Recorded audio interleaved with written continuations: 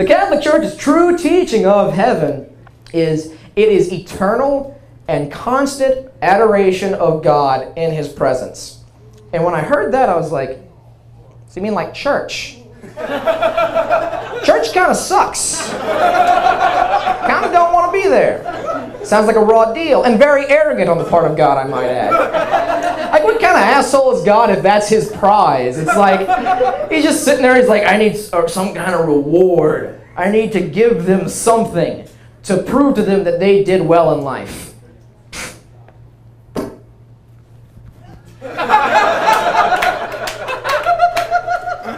Heaven's just God doing this forever. That's what you get. Another thing I learned about it is God used to be a total asshole.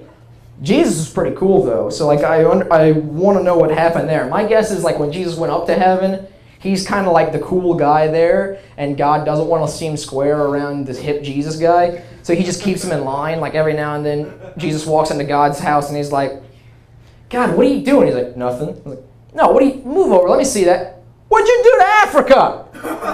There's flies everywhere! And there's nothing to eat. People are getting eaten by the flies. They're like, whatever, so what? You see my book. I just do this. It's like, well, stop it. What are you doing now? No, don't do that to America too. Get out of there. Fine, I'll just do it to Central America. All right, I guess no one cares about that anyway. I don't know why I hated on Central America real quick. I'm sorry. If you're from Central America, I didn't mean it. Nobody? Cool. Check my jokes here. The worst time of any person in Catholic school's life is the 1 week per year of scheduled God Hates Fags week. That was the worst week ever. Like every week they would talk about morality where they just talked about how God hated gay people.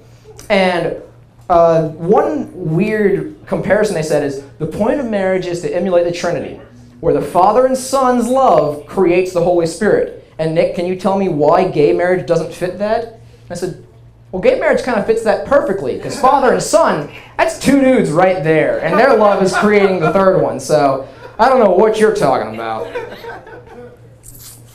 I feel comfortable around you guys. I feel like I can say just about anything. In fact, I will. Here's the big drop. I've been this is the stuff I was talking about where I'm being tame. Here comes the weird stuff. To let you know a little bit about myself. I am not what you'd call normal.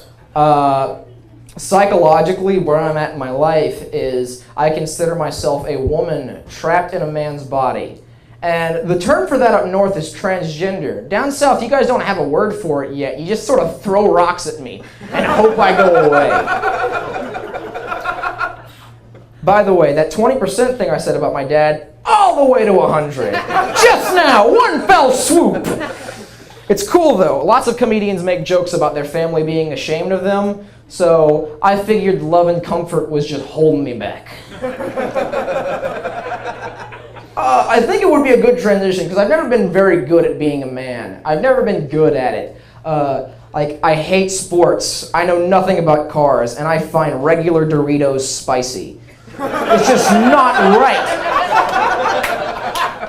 But I feel like I wouldn't make a very good woman either. I feel like I'd be a bad woman. Like, I'm the kind of person that if I'm not clean by the third wipe, it's just gonna be a dirty asshole day. And that doesn't seem ladylike to me, so I don't know. I had to tell my girlfriend that I was a girl. That's an odd conversation to have. You have to just like sit your girlfriend down and be like, honey, you're a lesbian. That's just how it works, I'm sorry. What she said when I told her that, it was a very hard thing for me to say, and her response was, yeah, I know. Yeah, I know! Fellas, I don't know if you've ever been emasculated in your life, but there's nothing much more emasculating than hearing the woman you love say, yeah, you seem like the type that's just uncomfortable with a penis always. Like, not good for the confidence. By the way, does that seem weird to you guys that she's still with me? Seems weird to me. Like, there's gotta be a point where there's too much. Like, here's the list. Bisexual, a girl, crippling depression. And she's just like, nah, I love you unconditionally and I don't care. I'm not saying I'm not like grateful or anything. I'm just saying probably a serial killer. There's got to be a point where it's too much. So I take a lot of online quizzes on the internet. That's a segue right there. I take a lot of online quizzes, those like BuzzFeed type things. Mainly because since I'm transgender, I figure that's not going to be the thing I'm made fun of for. Like, no one's going to be beating me up in the alleyway after this show tonight being like, you're an abomination to the Lord. Also, that what 1980s film are you was a waste of time. Why'd you take that quiz? In case you guys were wondering, I got Back to the Future. Pretty psyched about that. One of the quizzes I took it was a BuzzFeed quiz, and it said, mentally, are you a man or a woman? And I was like, I'm all about this. It was a good test. And I took it, and it said man. I was like, okay then. Guess I can cancel that session with a therapist. BuzzFeed knows infinitely more than I do.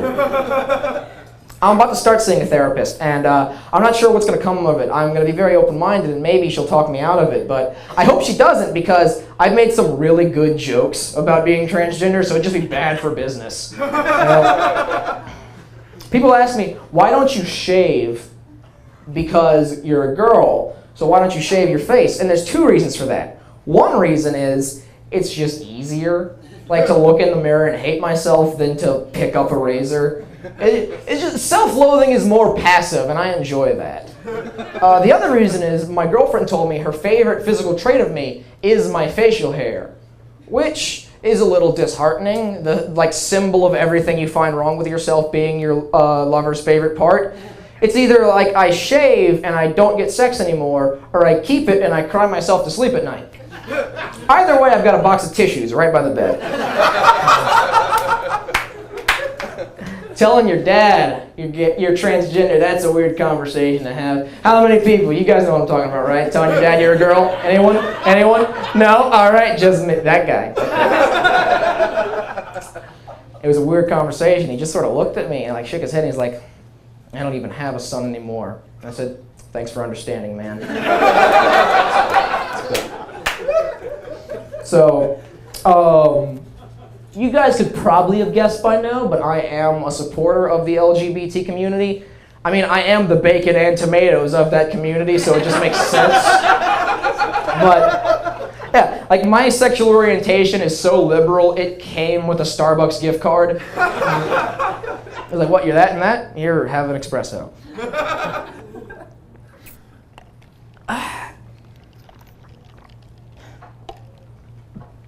Burped again. Thank you. What was I talking about? LGBT, that's what we were talking about. The reason I bring this up is a lot of people are talking about gay marriage, and down south, a lot of people don't want it because I guess they're just jerks or something. One of the weirdest reasons for it I heard was some people say it'll destroy the sanctity of marriage. It's gonna ruin regular marriages. And I just don't see it. I don't get where that's coming from. What are these homophobes thinking is gonna happen? Someday in the distant future where all gay marriage is legal, some wife is sitting at home and the husband comes home, hangs his hat up, and he's like, oh, what a rough day. And the wife's like, you came home late again. And he goes, well, bitch, maybe if you would fuck me every now and then, I'd have a reason to get home on time. And she'd say, well, maybe I'd want to touch you if the pool boy wasn't satisfying me for the first time in 20 years every night when you leave for work. And he's like, you whore! And he smacks her. And she falls on the ground and she's bleeding from her nose, crying. And he just looks at his hand and realizes what a monster he's become. And he falls down and he's crying too. And they're like, what's happening to us? Ever since Chad and Steve got married, things just haven't been the same. That's my time, everybody. Thank you. Good night.